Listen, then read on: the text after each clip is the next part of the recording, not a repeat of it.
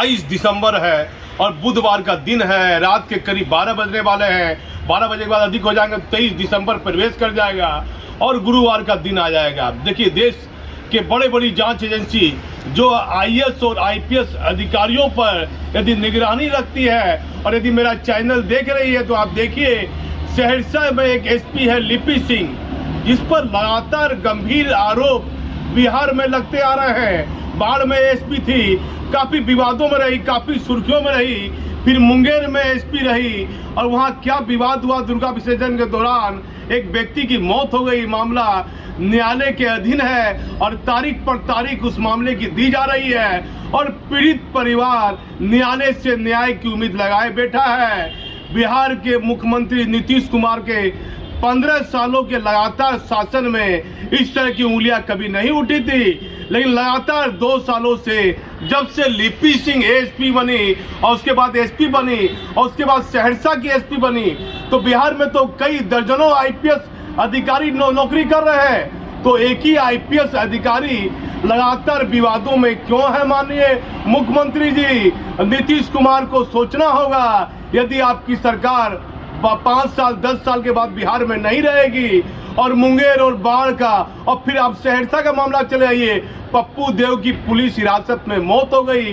वहाँ के कई लोगों ने मुझे टेलीफोन पर ये बात कही कि पप्पू देव कई केस में जमानत पर बाहर आकर और अपनी जिंदगी जी रहा था, और जिस जमीन विवाद के मामले में पुलिस ने, सहरसा पुलिस ने उसे उठाया है और एक ट्रेनिंग डीएसपी पर आरोप लग रहा है, लेकिन जिला का कप्तान जिम्मेदार होता है।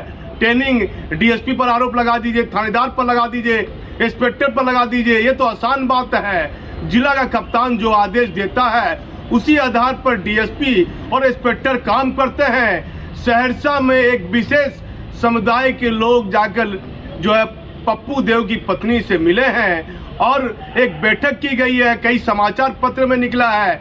माननीय मुख्यमंत्री जी, एक विशेष जाति के लोगों को आपके शासन के समय डर हो गया है कि हमारी हत्या नहीं हो जाएगी, या बिहार के मुख्यमंत्री के सुशासन में हमें तो नहीं फंसा दिया जाएगा। एक विशेष जाति के लोग जो प्रभावशाली माने जाते हैं, उनमें आपके शासन में एक भय का माहौल देखा जा रहा है। आपको देखना चाहिए, आप तो बिहार के मुख्यमंत्री हैं। सहरसा में क्या हो रहा है और लगातार वहाँ की अखबारों की कटिंग मंगाकर अध्ययन कीजिए। यूट्यूब चैनल पर क्या चल रहा है। एक पूर्व मंत्री सिन्हा है, गंभीर आरोप लगाए हैं और कई लोग हैं। एक लड़का है जो लगातार लिपि सिंह जहाँ जहाँ पोस्टेड रहती है वहाँ वहाँ रहता है। कुछ लोग फेसबुक पर, सोशल साइट पर लिख रहे हैं कि भगवान तो हर जगह है, बाढ़ में भी थे, मुंगेर में भी थे, अब भगवान सहरसा में पहुंच गए हैं। हमारा कहना नहीं है। तरह तरह से लोग जो है उच्चारण कर रहे हैं, भगवान का नाम ले रहे हैं, क्योंकि वह लड़के का नाम भगवान कृष्ण के नाम से जुड़ा हुआ है, इसीलिए उसका नाम नहीं लिखकर भगवान कृष्ण का नाम लिख रहे हैं। क्योंकि ये धर्म की बातें हैं, लोगों को सोशल साइट पर नहीं लिखनी चाहिए।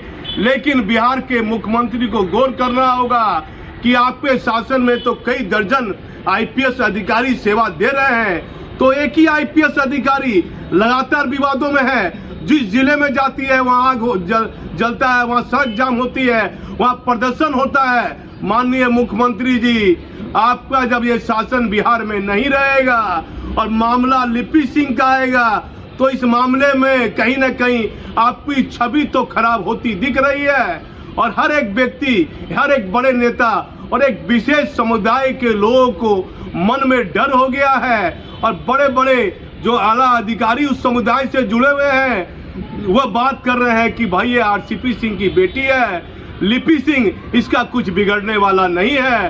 समृद्ध को नहीं दोष गोसाई, ये कहावत बार बार लिपि सिंह पर चरितार्थ साबित हो रही है। हमारा काम नहीं है किसी आईएएस और आईपीएस अधिकारी की प्रतिष्ठा का हनन करना, लेकिन बिहार के मुख्यमंत्री को देखना होगा, क्योंकि एक रिटायर आईएएस ने मुझे कहा कि डीजीपी और आईएएस और मुख्य सचिव की भी हिम्मत नहीं है कि लिपि सिंह के मामले में कुछ बात कर ले या कुछ आदेश या निर्देश दे दे। स्वयं बिहार के मुख्यमंत्री को आगे आना पड़ेगा, नहीं तो बिहार में एक गलत संदेश जा रहा है माननीय मुख्यमंत्री जी। इस पर आप गंभीर होइए। आप तो बहुत न्यायपूर्वक आपने काम किया है बिहार में, और कहीं ना कहीं आपका नाम भी हो रहा है, क्योंकि आपने अपने बेटे को कोई महत्वपूर्ण पद बिहार में नहीं दिया। लगातार आप 15 साल बिहार के मुख्यमंत्री बने हुए हैं और वर्तमान में भी हैं, इसलिए आपकी इस त्याग भावना से भी आम जनता में एक अच्छा संदेश जा रहा है। लेकिन क्यों लिपि सिंह, आप मान लीजिए, चलिए लिपि सिंह को क्षमा कर दीजिए, लिपि सिंह की कोई गलती नहीं है, लेकिन लिपि सिंह के साथ जो लड़का घूम रहा है वह पूरे आईएएस और आईपीएस महकमे पर, पुलिस विभाग पर उंगली उठ रही है, पूरे पुलिस के महकमे पर उंगली उठ रही है। अवस्था बना है सिर्फ गरीब लोगों के लिए, कमजोर लोगों के लिए। आप बताइए माननीय मुख्यमंत्री जी, देश में बैठी जांच एजेंसियां क्या कर रही है? मालूम करे कि वो लड़का कौन है और कहां वो मोकामा में अपना घर बना रहा है 3 तल्ला। बड़े बड़े लोग उसके खिलाफ सोशल साइट पर बयान दे रहे हैं, और उसके लिपि सिंह से क्या ताल्लुकात है, ये उसके द्वारा प्रेस वार्ता के द्वारा इसको क्लियर करना चाहिए कि वो लड़का फल्ला है या मेरा रिश्तेदार है या पुलिस विभाग का आदमी है। लेकिन पूरा पुलिस विभाग कहीं ना कहीं बिहार में नहीं, पूरे देश में उस लड़के के कारण बदनाम होता दिख रहा है। अब पुलिस के आला अधिकारी कुछ नहीं कर सकते हैं, क्योंकि वह पुत्री है आरसीपी सिंह की, और आरसीपी सिंह के नीतीश कुमार से कैसे ताल्लुकात है ये बिहार में किसी से छिपा नहीं है।